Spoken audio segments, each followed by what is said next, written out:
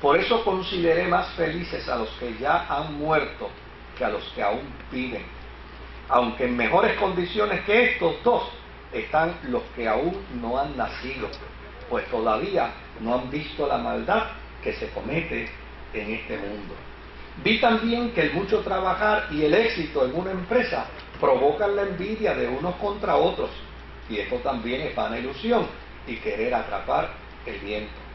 La gente dice: el necio se cruza de brazos y se destruye a sí mismo. Pero yo digo, más vale un puñado de descanso que 2 de fatiga por querer atrapar el viento. Al volverme hacia el otro lado, vi otra vana ilusión en este mundo: un hombre solo, sin amigos, ni hijos, ni hermanos, que jamás se toma un momento de descanso y que nunca se cansa de contemplar su riqueza, ni se pregunta: ¿y para quién trabajo tanto? ¿Para qué me niego el bienestar? Pues también esto es vana ilusión y una pesada carga. Más valen 2 que 1, pues mayor provecho obtienen de su trabajo. Y si uno de ellos cae, el otro lo levanta.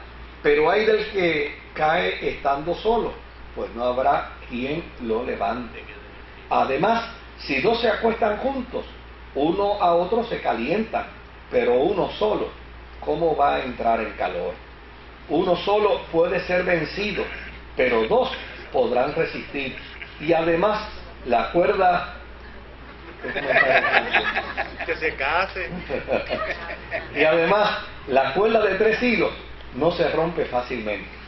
Por otra parte, más vale el joven pobre, pero sabio, que el rey viejo, pero necio, porque éste ya no admite consejos. Aunque el joven, que luego reinará en lugar de ese rey, haya llegado de la cárcel al trono, o haya subido de la pobreza al reinado. He visto a la gente de este mundo darle su apoyo.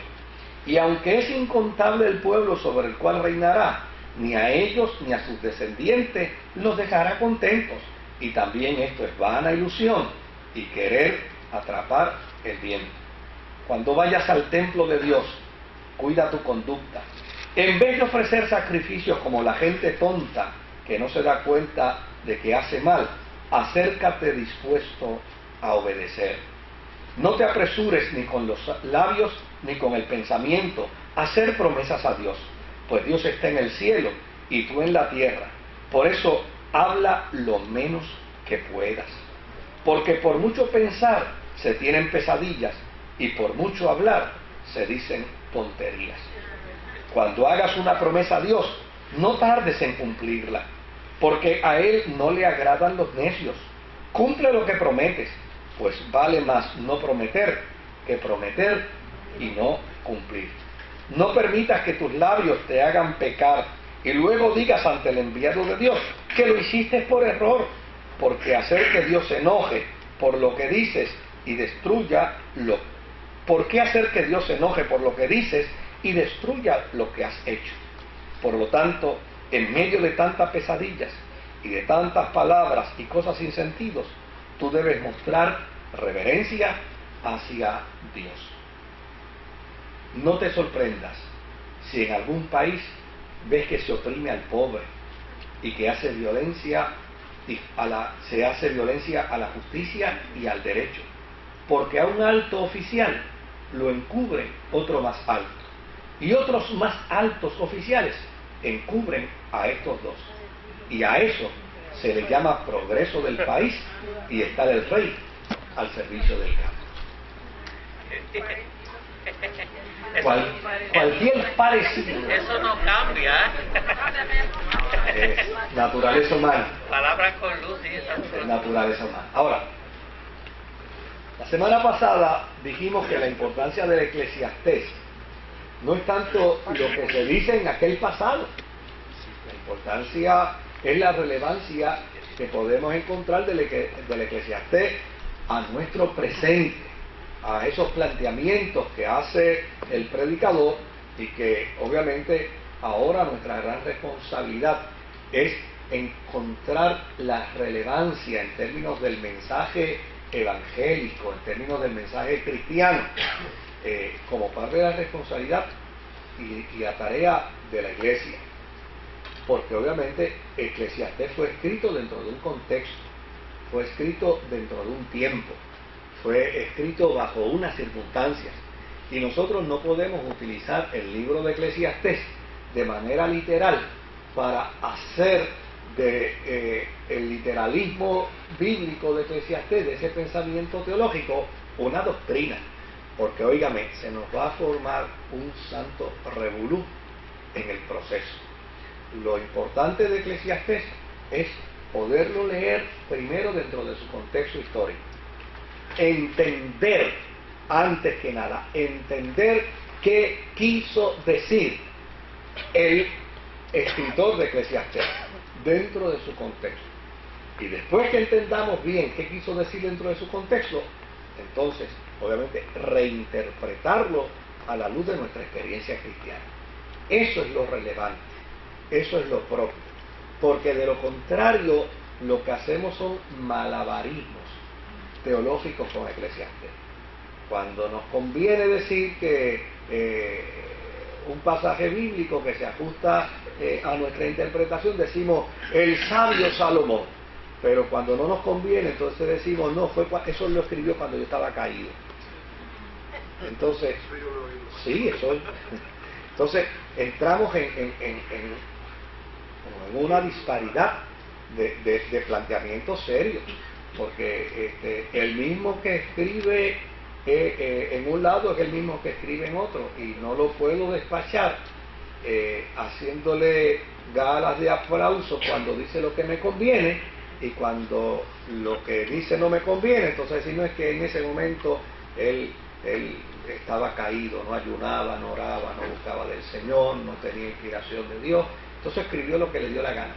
A mí me parece que es una manera muy irresponsable de interpretar el texto bíblico. Y cuando dicen, y yo me imagino en este momento. Sí, porque la imaginación es extraordinaria. En muchas predicaciones, Sí, yo me imagino sí, en este momento. Por eso, pero a fin de cuentas, yo creo que es mejor ver lo que el autor dice. Mire, todo planteamiento teológico serio, emana de una buena reflexión. Y no se puede despachar así porque sí. O sea, un pensamiento teológico serio hay que verlo con respeto y hay que verlo con consideración. Entonces, ¿cuál es la responsabilidad? Oiga, que si ese planteamiento teológico fue hecho con seriedad, fue hecho con buen propósito, fue hecho dentro de ese aparato de investigación formal, pues mire, usted puede estar de acuerdo como no estar de acuerdo con él, pero se necesita que a la hora de refutar ese planteamiento lo podamos hacer con argumentos igualmente serios. Por eso yo hace ya algunos meses atrás mencioné a Geraldo de Ávila, la primera vez que yo lo escuché, que dijo: hermanos, yo voy a hablarles sobre un tema en la noche de hoy, y usted puede estar de acuerdo o no estar de acuerdo conmigo, y si usted no está de acuerdo, al final usted levanta su mano y me dice que no está de acuerdo conmigo y me da la razón, y probablemente usted tenga más razón que yo, pero eso sí, me tiene que dar la evidencia de su trabajo teológico. No me venga a decir que Dios se los reveló, porque no es justo que a mí Dios me haya puesto a trabajar un montón de horas sobre ese texto y usted, sin trabajar nada, se lo revele usted para hacerme quedar en ridículo a mí.